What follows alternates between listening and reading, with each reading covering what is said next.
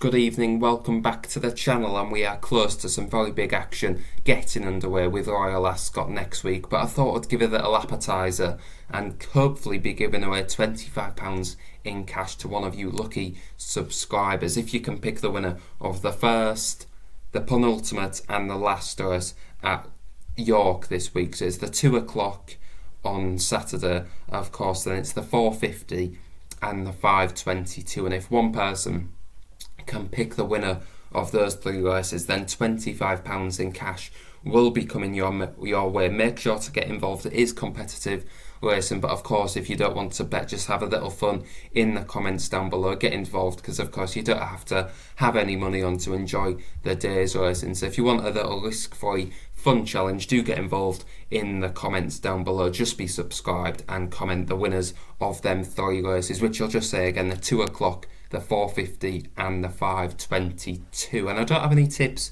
for this weekend yet, but do make sure, I might have some closer to the time. Make sure you're following me on Twitter as well, Joe McCabe12345, because they'll have some last minute selections like always on Twitter, and we've had a few winners there over the past couple of days, so make sure to check me out on all channels. But we'll start off with the 2 o'clock. We're not going to give out any tips, just give out a few eye-catching runners and a quick preview of each of the race. Now, the favourite in this, Top Anticipation, is definitely the right horse at the top of the market, as won impressively in handicaps off a mark of 76 and then won again at York off a mark of 76, carrying the penalty at York. And that was a pretty hot race in the Apprentice handicap. 25k was up for grabs, 18 runners. It's always a competitive race at York when you get a big field, and this horse, let's be honest, it was very well positioned, but it still did very well to get the job done. They went off way too fast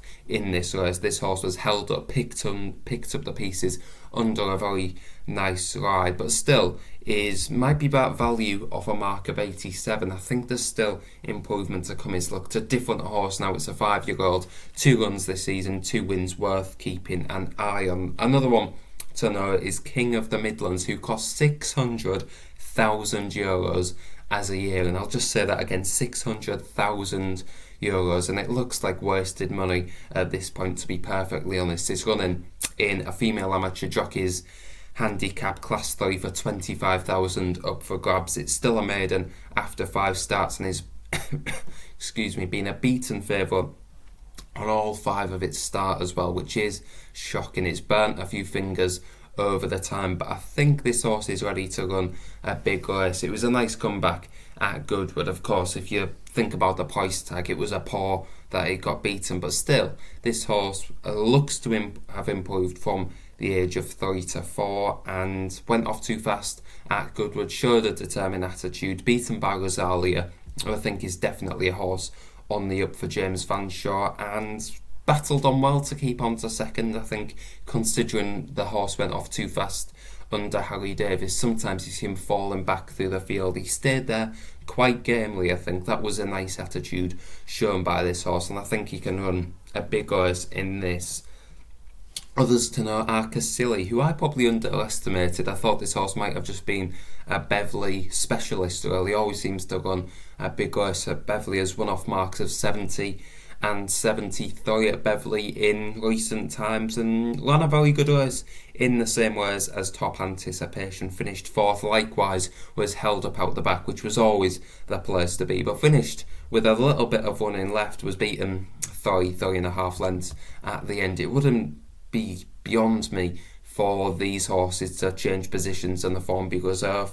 They've got a good jockey on board, I should say, in Miss Serena Brotherton, who's been around plenty, is quite well experienced for an amateur jockey, and is definitely one to keep an eye on. So I think Casilli and King of the Midlands are one to keep an eye on in this race, albeit the favourite is the deserving one and probably the horse to beat.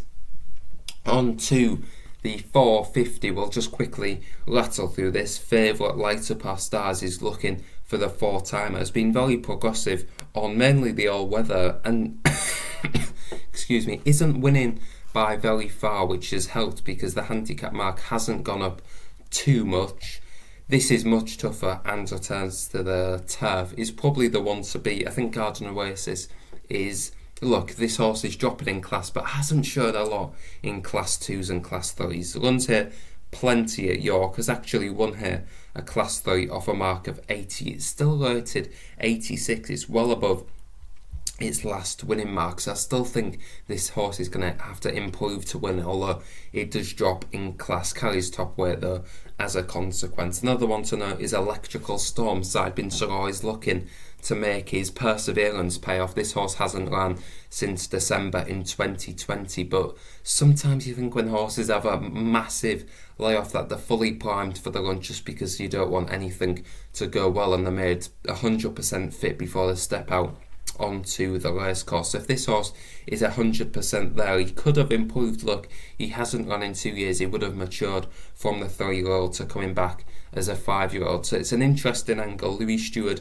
has picked up plenty of rides for Said Bin Suroy out in Maidan. I think they've teamed up for a few valuable winners as well. So that combination is worth keeping an eye on. One that I'm just a little bit torn by is the other Tim Easterby runner, Poet's Dawn. You just think he's entered in a race at Beverley on the Tuesday. I think that would just be much more of a suitable target. He's run well at Beverley, and this horse must be frustrating for Connections because he gets well supported every time. Plenty of money came for him at Beverley 3 starts ago, went off too hard.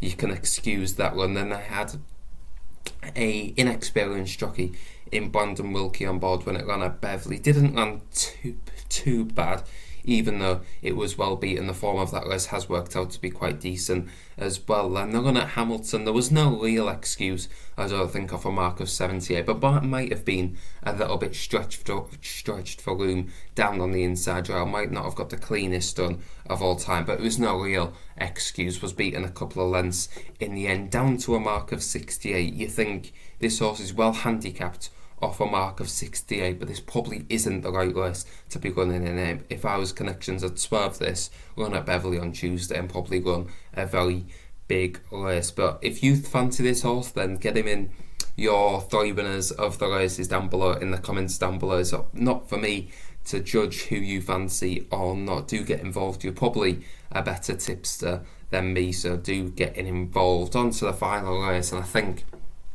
the fact that the favourite is 7-1 in this race tells you everything about the race. There's about 20 odd runners, 21 runners in the race, and any one of them could win. The problem is with York, you never know what draw is good or a bad thing. Sometimes it's high, sometimes it's low, sometimes in the middle. It depends where the pace comes from as well. There's quite a few fancied horses drawn high enough, I think. So I think the high runners, you'd think they'd be finishing fast enough. Ventura Express, Gumdrop, We Call the Show, Mark's Choice, they're all short enough in the betting and drawn in the upper half of the field. So you think maybe higher numbers would the place to be? Who knows at the end of the day. One that I would give a mention to is Ginger Jam, who rattled off 5 wins at my local course in 2019. That was at Beverley.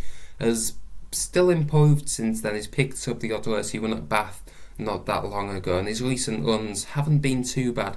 I think that latest run at Pontefract wasn't a bad one. Finished fast enough from coming from the back. This horse is one that will be held up, so maybe Rowan Scott can be more versatile of where he goes. He could even switch out towards the higher numbers, get some nice cover, and hopefully be finishing fast at 12-1. It's one that's probably tricky to win with, but he's a very good horse on its day if conditions fall right. And also the favourite, Ventura Express, of course isn't the strongest favourite in the world at 7-1, but that recent run at Pontefract wasn't a bad one at all. The recent run at Thirsk might have been just a bit better than that. It might have been a little bit of a step down last time, even though he got closer to winning, because it was maybe a little bit of a weaker race. But I think this is one that will run his race, might not be well handicapped enough to win it, but you can't discount a Paul Midgley sprinter because they are in very good form at the minute. So that rounds up the video. Thanks a lot for watching. 2 o'clock, 4:50, 5:22. Get them entries in. Hopefully £25 will be coming your way, and enjoy your weekend, and make sure you are subscribed. There will be plenty of Royal Ascot videos coming your way over the next couple of days. So thanks a lot for watching, and I'll see you next time.